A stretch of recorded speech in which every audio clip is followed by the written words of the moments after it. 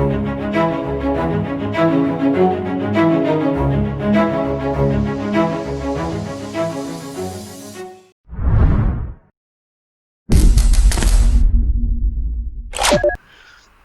zone appropriate greeting to you and welcome back to the channel. Gear left wheels to maximum. Prepare to start the manoeuvring thrusters. Helm to midship. Welcome aboard, Admiral Turbidious. Thank you very much for having me. Pleasure to be here.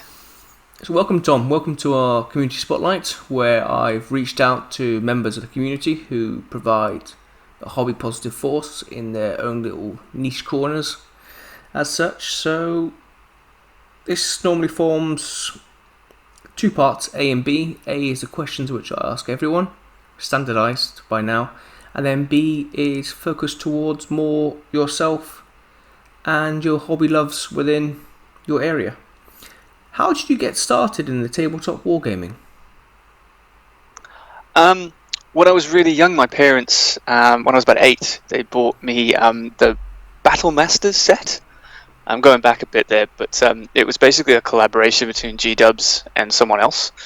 And it was like a big set of knights and goblins and chaos and stuff. And it was like a simplified version of Warhammer Fantasy.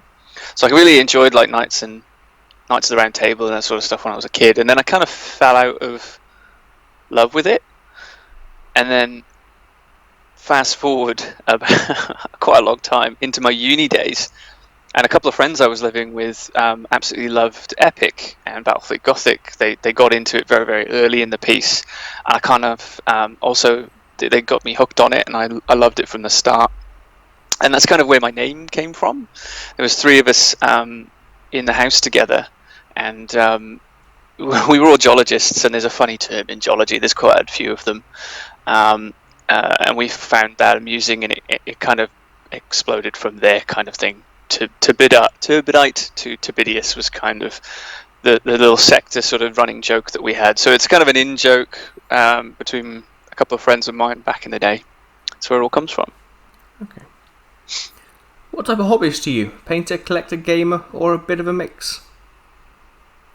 I'll probably say a bit of a mix. I am probably a collector because I do collect out of production games, Battlefield Gothic and Epic and Necromunda, that sort of thing. But I do love the gaming aspect as well. I'm not an amazing painter. That's probably the last of the things, but I'd probably say collector. But that is my main thing. Yeah, definitely. So what game systems do you mainly play? Well, there's the main one, obviously, in Battlefield Gothic. That's my main jam and has been for 15, nearly 20 years, which is scary thinking about it. But I also love the other specialist games, Epic Armageddon, Epic 40k, which is all the huge. So I just like the thought and the view of having whole tank companies and Titans walking about. I just loved all of that. So definitely that one, and I really love Necromunda as well. I think it's the skirmish game for me. I really enjoy like creating the gangs and sort of developing the characters. I'm quite a narrative sort of gamer, so I really quite like that aspect to it. But I play 40k as well. That's kind of my other jam. But I also do enjoy non-GW games as well. I quite like Blood Red Skies. Bag the Hun. Have played a little bit of bolt action as well. Not enough to say I'm anywhere near an expert, but I do quite like that.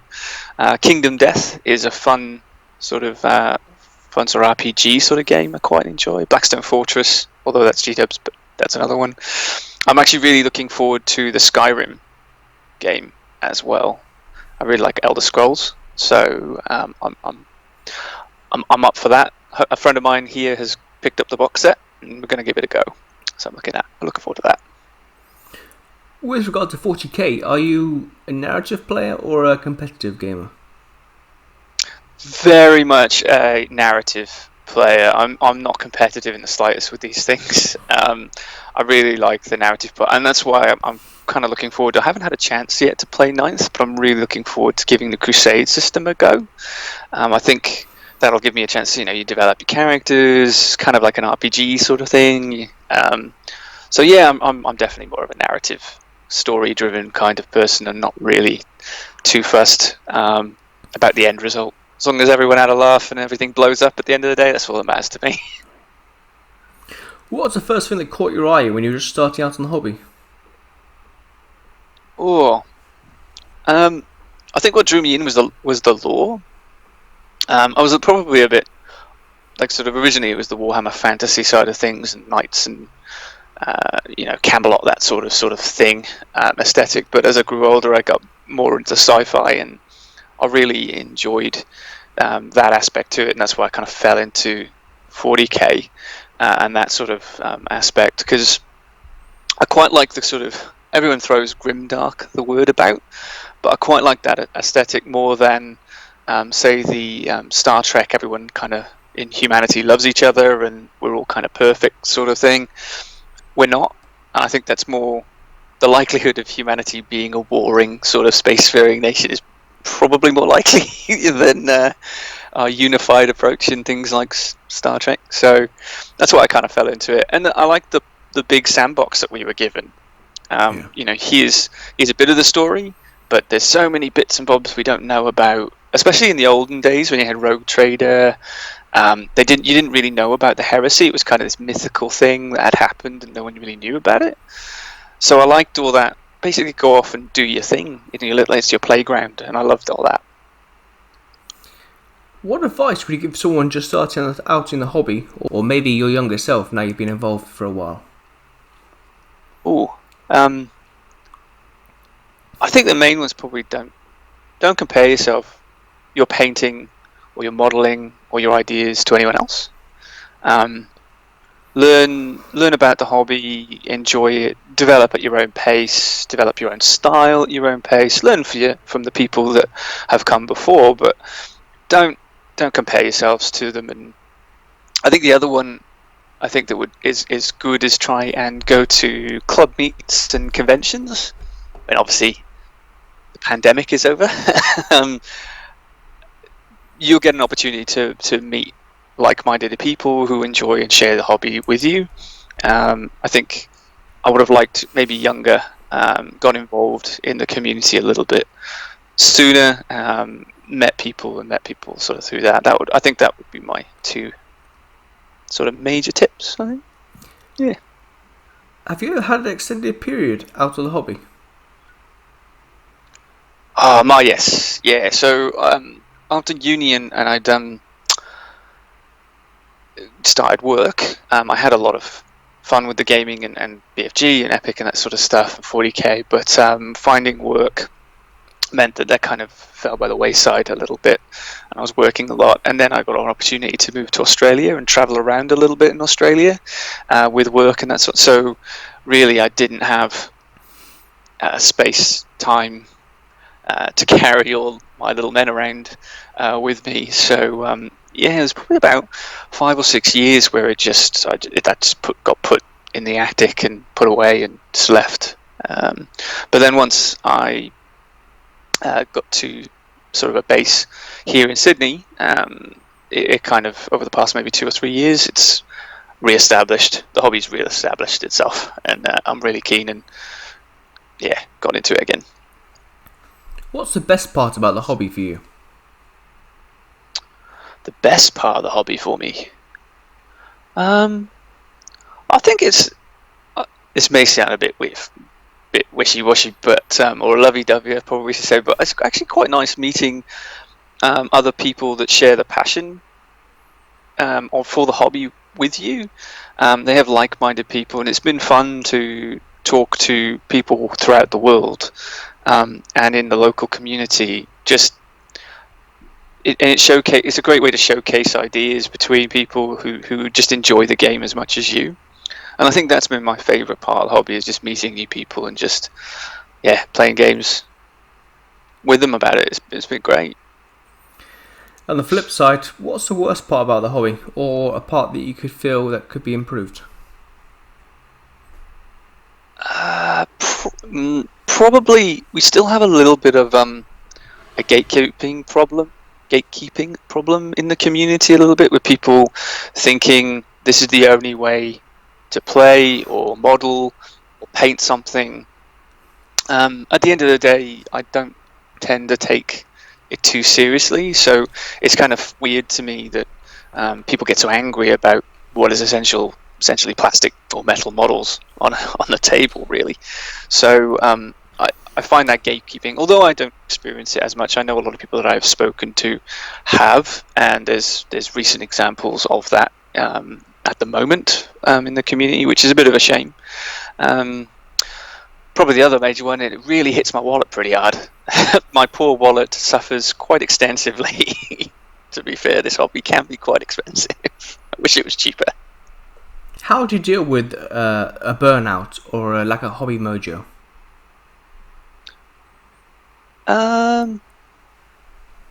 Well, I do struggle with this a bit. I do go through like troughs and waves where I have a big painting session. I did like maybe 2 weeks ago. I had a big session, and I'm kind of feeling a bit of a funk. I try to do things in batches, short batches. So my aim is always try and get maybe half an hour to an hour a night done. So I'm not leaving huge waves of models just sitting there staring at me, kind of making me feel daunted and uncomfortable. So I try to do little small pieces so you incrementally see the progress that you're making. It's like, oh yeah, I've done that on that model today, and that's pretty cool. And yesterday, and oh yeah, I made that. So that's kind of the way I do it. And also having like a goal or a game to look forward to is helps me sort of focus. Okay, I know I've got in a month's time a game of Epic, and I kind of want this force to take to it. So I better get this fixed and sorted, and it kind of drives me in the right direction. So having a bit of a project hobby goal helps, I think. Has anyone inspired your hobby style or life?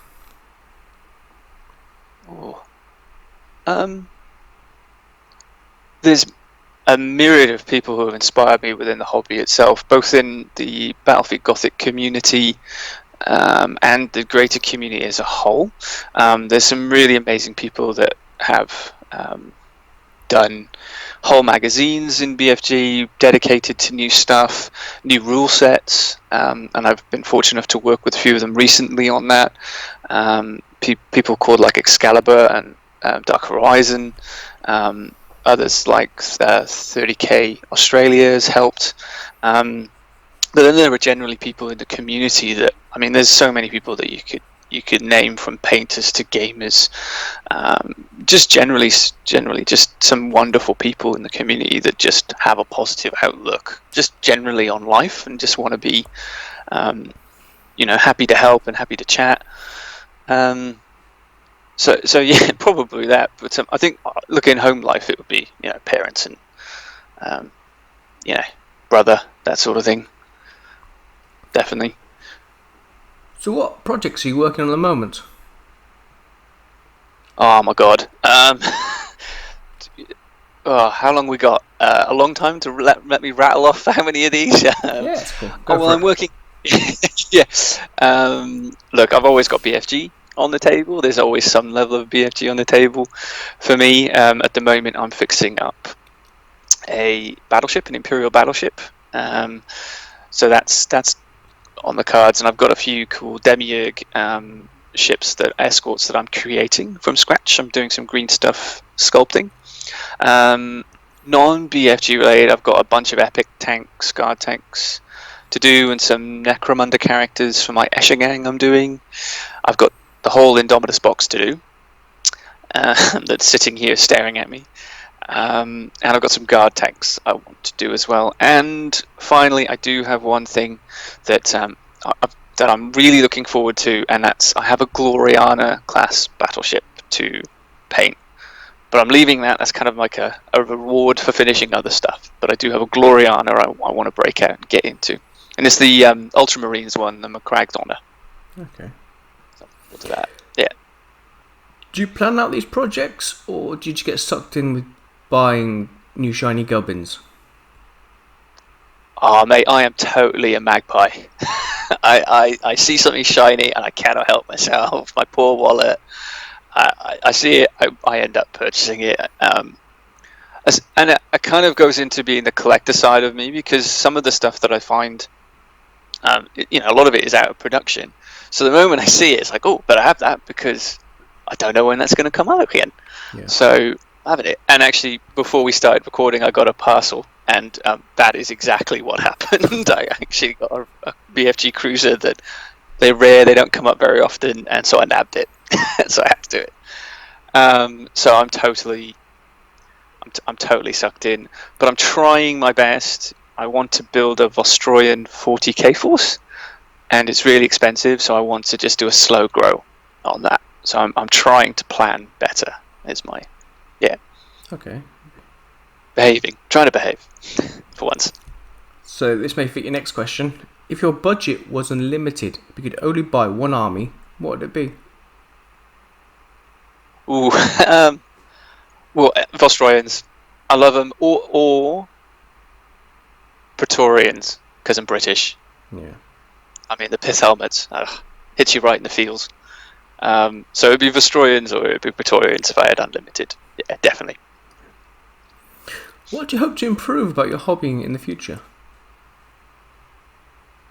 I would like to take. I'd like to take my painting to the next level. Like I've plateaued. I'm at my happy medium. I like to think of myself as a bit of a tabletop painting level, and I'm comfortable with that. I'm happy with where it is, but I don't know how to. I don't know how I take the next step. I can be a bit patient and rush with my painting. So trying to work out how I take that ability. And I spoke to Goldfinch Binnies on the weekend, Lisa, and she working out your color theory and things like that and how your paints react with each other will probably do that.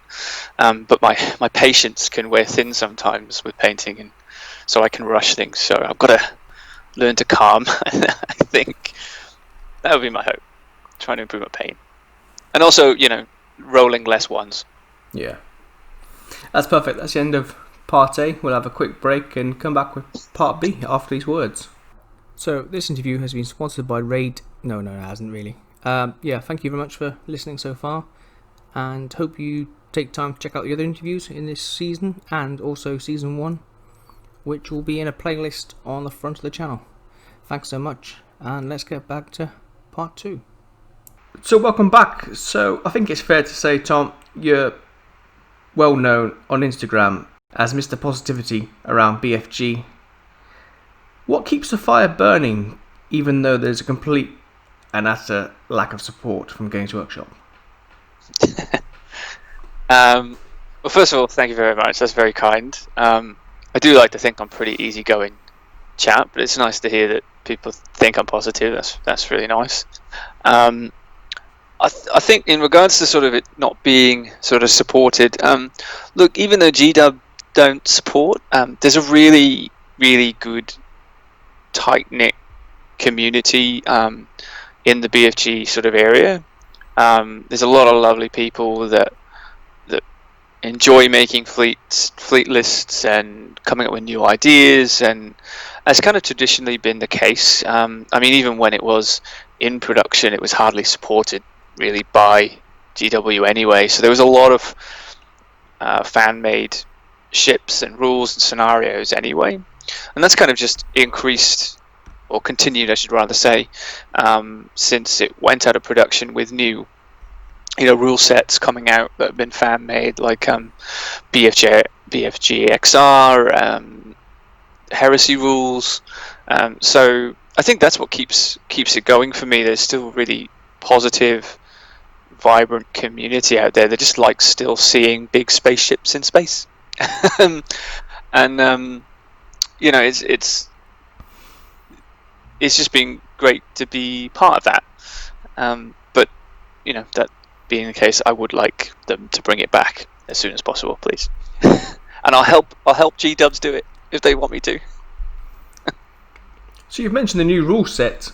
which is community made. That was released in the last few weeks based on the time of recording. I'll post a link in the description below. I don't know why, yet again I'm pointing, but it's down there. How did this set come about? Was it purely out of frustration, or just people wanting to clean the rules up a bit? A little bit of column A, a little column B, I suppose. But there's been you had originally sort of the last major overhaul kind of that was semi official back in 2010, which was the FAQ, and that was kind of done by G-Dubs and the High Admiralty, as they wanted to call themselves, I suppose.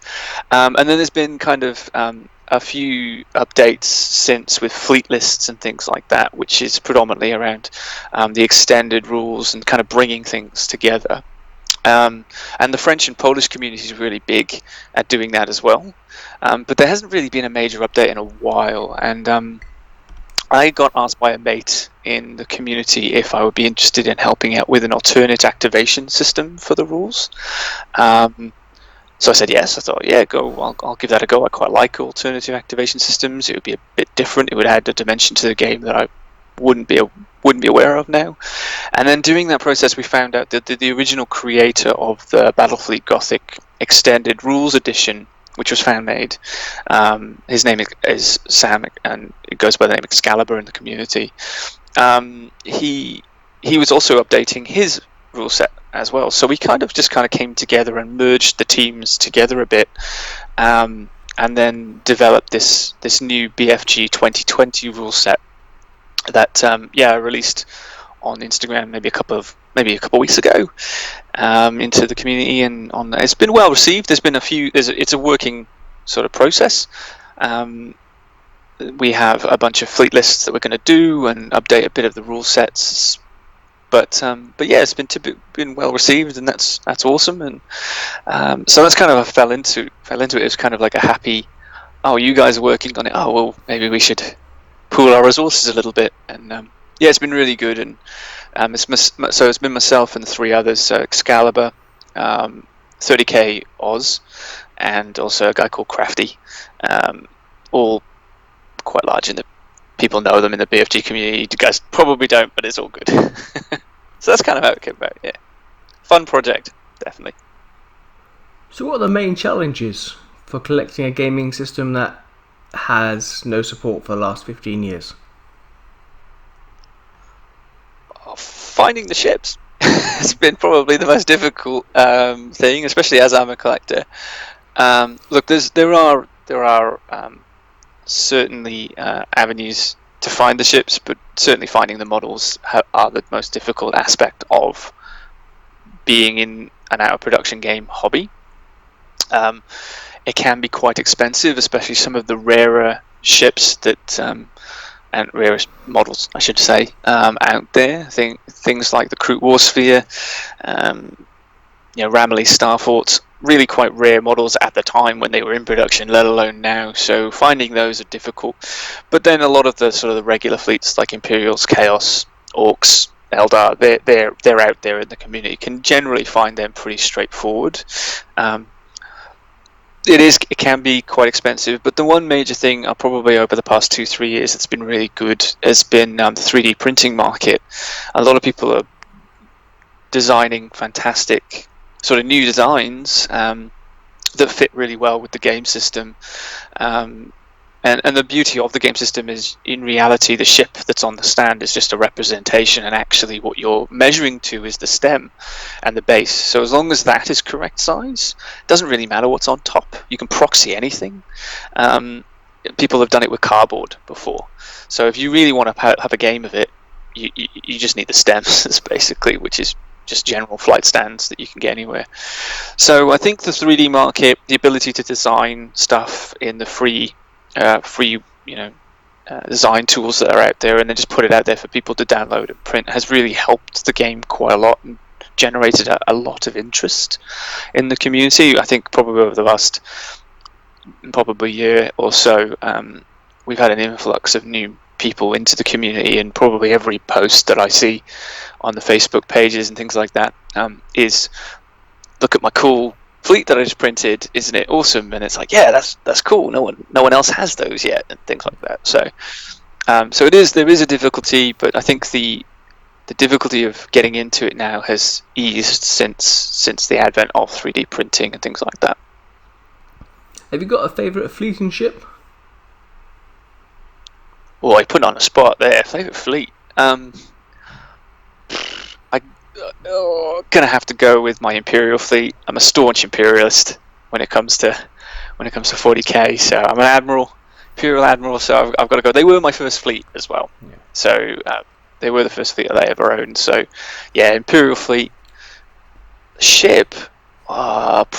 It'd be a toss-up between the Eldar Voidstalker battleship, which I think is probably one of the best models in any system. It's just beautiful, and it's a really beautiful model when you've got it in front of you too. And probably the other one is the Chaos Repulsive Grand Cruiser. They're the two, probably my two favourites. They're just pretty. Yeah. So when people would normally see Battlefleet Gothic boards, it's normally like styrofoam circles painted using an airbrush and a few asteroids. Have you got any tips for people for terrain to try and up their terrain game? Yeah, sure. Amazingly, you can easily get all those sort of balls and stuff from a quick and cheap and easy from just general art stores that sell sort of school project stuff. I mean, I've actually got a bag of a solar system set that are just really just polystyrene balls that are really quite easily just a base, and they look fantastic next to the ships and stuff. And a friend of I've got a proper mat from Deep Cut Studios, a space mat, but loads of people I've seen have just got like just a black cloth, and that works with some paint flicked on it. It's just really good. And the beauty of the styrofoam balls is that if you use black primer on them, or any primer, it melts the balls a little bit. So you got to do it in a well ventilated area because you're melting plastic. But and it creates really easy asteroids, no cutting up, no chunking, and it looks like it's melted. You even looks like you could probably color it blue and make it look like ice. So yeah, and it's really cheap. Like it's like $5 here for a bag of the solar system stuff, and that's basically your terrain that you can do. Cotton ball or cotton buds can like swabs and stuff work really well as gas clouds, and you can put a little LED light in them to make them glow.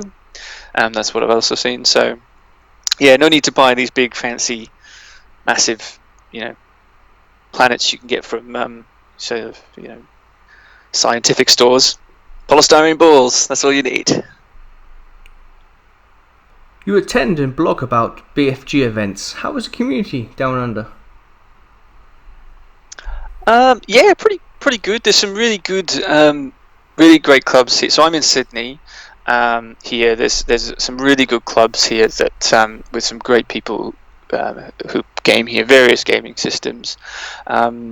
Company of Dice here in Sydney is the gaming club that I go to, but there's a couple up the coast, like a historical wargaming club, and Legions up in Newcastle. And generally speaking, in Australia, it's a very tight knit, really nice community. There's plenty of clubs around all over the place. It's quite a big community in Melbourne and Brisbane as well.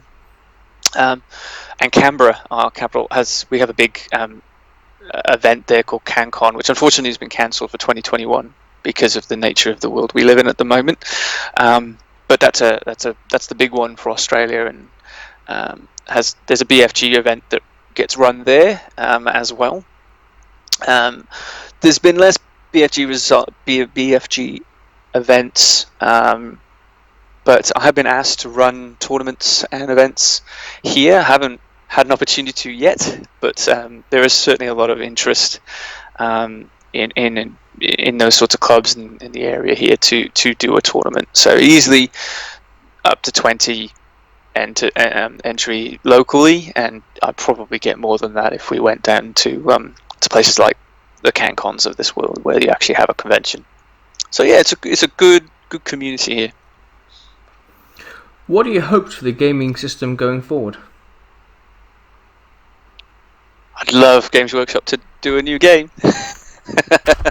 That would be my main aim. I would love them to release a box set, and to be honest, I really wouldn't mind. There's rumours that it would be Heresy era. I'm cool with that. I'd be fine with that.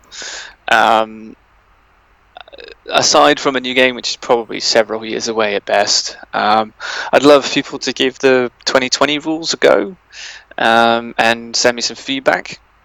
I'd like to see just more fleets on the Facebook and Instagram pages, and I'm happy if people want to drop me a line and have a chat, and more Admirals playing the better for me. But that goes for any system. I'm happy to chat to anyone. I'm pretty easygoing, I think. So if you want to have a chat, just let me know. Are you a fan of computer games? Big fan of computer games, mate. The second one's better. Yeah, it's much better. The campaign system in that is much better. Still really good stories. From the first one's Imperial, but then the second one's got several other campaigns. The Necron one is pretty fun, as well, I would say.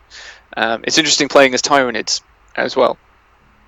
I haven't had a chance to play the Chaos one yet, but I will at some point in the future. But yeah, they're really good. The PvP can be a little bit meh. It can be a bit hit and miss. It really you can sometimes get matched against people. I suppose that's any PvP game. Just that you just got no chance whatsoever, and it can be a bit buggy. But generally speaking, yeah, it's really good. I really enjoy it. And I really kind of miss.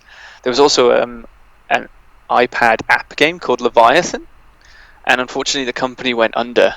I'm sure you probably still can download it, but that was a computer game that was really kind of akin to and used a lot of the tabletop mechanics. Yeah. So it was really good fun. It even had like a compass that you had to like move your ship with and things like that. So it was really good. It was like based on the Tyranids attacking Baal. So that was So if anyone gets an opportunity to download that as well. Yeah, man. I'm still stuck playing Freeblade, the Imperial Knight game.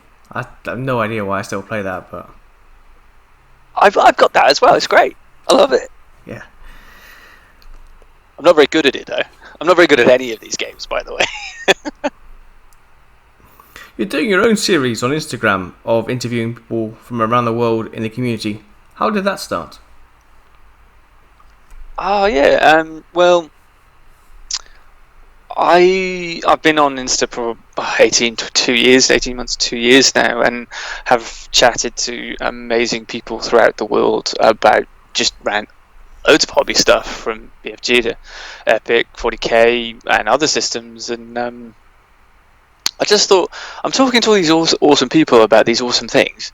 I think people would find this interesting, and I think a lot of people would like to hear from some of these fantastic hobbyists about their passion for it, be it how they game, or their painting tips, or what their experiences in the hobby, what stories they like to write, things like the D&D, or how they got into cosplaying, what's the painting tips. So I thought, well, this could be fun to just do this live, and just instead of me just texting each other about all this, why don't we talk in person, but also kind of showcase that the hobby is enjoyed by many people from various different walks of life in very different circumstances around the world, but everyone still enjoys the hobby in their own way. So I thought just having an informal chat, kind of doing that, would be fun. And the people I originally asked agreed, which was nice. So we're going through that series. One of those people at the moment, I'm probably about halfway through, maybe a little bit under that. Just finished episode 6 on the weekend, and we've got 7 this weekend coming.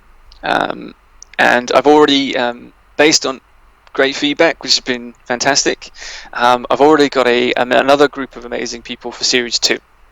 So I have a number of these lined up, which is great, and I'm even having people coming to me and asking, how can I be involved? Can I be one of your people you interview? So I don't want to call them interviews. They're just an informal chat. If you've seen them, you know what I mean. And then post them up. So it's a live stream, so you can interact with people as well. And then I'll just post it to IGTV, and you can watch it back at your leisure. But so that was kind of the aim of it. It was kind of just a showcase. I don't like the word showcase because I mean it's not great, but I think people understand what I mean in that regard. It's just an opportunity to chat more about the hobby and allow people to ask questions of these awesome hobbyists. Yeah. So one final question, which I ask everyone: does pineapple belong on pizza? Oh mate, you're about to make me lose followers, aren't you? That's not cool. I mean, see, okay. Yes, it does. Hawaiians exist, so yes, pizza does. Pineapple does belong on pizza. Yeah, I'm cool with it. That's perfect, Tom. Thanks so much for joining me today and taking part. Thank you very much for having me. Pleasure. Okay.